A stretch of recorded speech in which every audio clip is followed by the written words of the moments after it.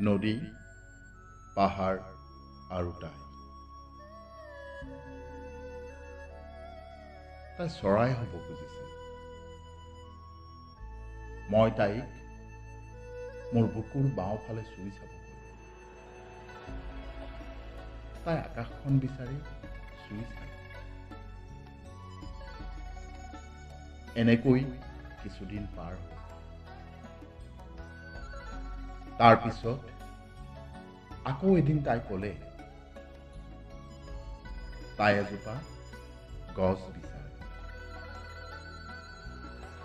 মাটিত ভৰি দুখন পুতি সূৰ্যলৈ ধিয়াই গছ হোৱাৰ আখৰা কৰিলে। তাই শিলশিলাই হাঁহিলে। এনেকৈয়ে মনটো ভৰি থাকিল।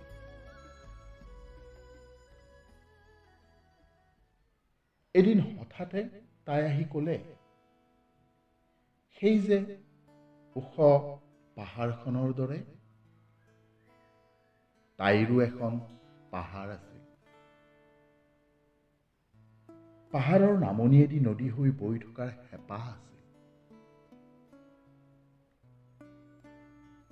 এতিয়া হাঁহিবোৰ তাইৰ বনৰীয়া হ'ল। আৰণ্যক বিষাদবোৰ বুকুত গুজি থৈ পাহাৰখন ধূসৰ হ'ল। নদী হোৱাৰ হেঁপাহটো বুকুত সামৰি থৈ আজিও তাই মোৰ কাষলৈ আহে।